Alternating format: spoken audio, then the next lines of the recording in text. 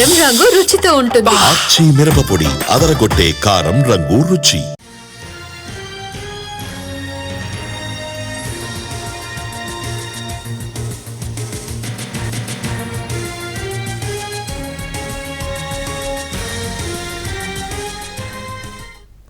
కుకట్పల్లి కల్తీ కల్లు వ్యవహారంలో ఎక్సైజ్ శాఖ సీరియస్ యాక్షన్ మొదలుపెట్టింది. బాలానగర్ ఎక్సైజ్ SHO వేణుకుమార్ ను సస్పెండ్ చేస్తూ ఉన్నతాధికారులు ఆదేశాలు జారీ చేశారు. అలాగే DTF Narsireddy, AES Madhavayya, ES Fayaz, AES Jeevan కిరణ్ల పాత్రపై శాఖాపరమైన దర్యాప్తు కొనసాగుతోంది. రిపోర్ట్ ఆధారంగా తదుపరి చర్యలు తీసుకునే అవకాశం ఉంది.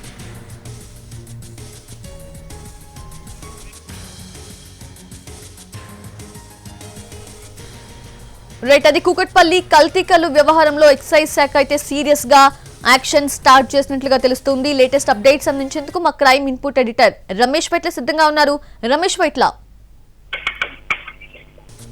ఎక్సైజ్ శాఖ సీరియస్ దీనికి సంబంధించి ఏదైతే అక్కడ బాలానగర్ ఎక్సైజ్ ఇన్స్పెక్టర్ వేణుకుమార్ ని సస్పెండ్ చేస్తూ ఆదేశాలు జారీ చేసింది. అంతేకాకుండా DFO అది నర్సిరెడ్డి, తర్వాత AES Madhavayya, ES Fayaz, AES Jeevan Kumar పాత్రపై కూడా దర్యాప్తు చేస్తున్నారు. అయితే ఈ సంఘటన సంబంధించి కుకట్పల్లి KPHP రెండు ప్రాంతాల్లో ఉన్న 6 కల్లు డిపోలకు సంబంధించి సరైన మెయింటెనెన్స్ కావచ్చు, సరైన తీరుకోవచ్చు, అక్కడ అల్పజలం కావచ్చు, లేకుంటే మిగతా మత్తు మందును కలిగించే పదార్థాలు కెమికల్స్ కలిపి అక్కడ కళ్ళు అమ్ముతున్నప్పటికీ ఇక్కడ బాలానగర్ SHO వేణుకుమార్ పట్టించుకోలేదన్న ఆరోపణలు ఉన్నాయి. అంతేకాకుండా చూసినట్లున్నాయి, పెద్ద మొత్తంలో లంచాలు తిన్నారన్న ఆరోపణలు కూడా ఉన్నాయి. అయితే ఈ నేపథ్యంలో వేణుకుమార్ సస్పెండ్ చేసి మిగతా అధికారులైన నర్సిరెడ్డి, మాధవయ్య, ఫయాజ్, జీవన్ కుమార్ పాత్రపైన కూడా విచారణ చేస్తున్నట్లు ఎక్సైజ్ అధికారులు చెప్పడం జరిగింది. దీనికి సంబంధించి సమగ్ర దర్యాప్తు చేస్తున్నాం.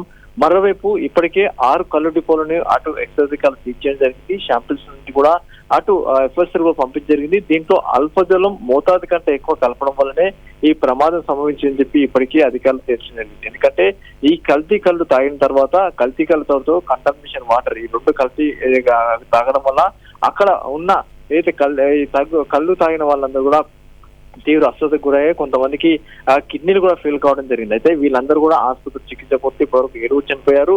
అంతకంటే ముందు ఈ ఘటన జరగడానికి ముందు ఒక 3 కూడా చనిపోయారు చెప్తున్నారు. ఇప్పటికైతే 7 అయితే అధికారంగా చనిపోయారు. మిగతా 3 కూడా అంతకన్నా ముందు జరిగిన 3 కూడా చనిపోయారు. ఇంకా దాదాపు ఒక 30 నుంచి 50 మంది కూడా ఆసుపత్రిలో చికిత్స పొందుతున్నారు. వీళ్ళందరికీ మెరుగైన చికిత్స అందించేందుకు ప్రభుత్వం ప్రయత్నాలు చేస్తుంది. ఏదైతే ఈ ఘటనకు ప్రధాన కారణమైన SHO బాలానగర్ ఎక్సైజ్ అధికారిని సస్పెండ్ చేశారు. మిగతా వాళ్ళ పాత్ర పైన కూడా విచారణ చేస్తున్నట్టు ఎక్సైజ్ అధికారులు చెప్తున్నారు. Ramesh Paitla, thanks for the updates.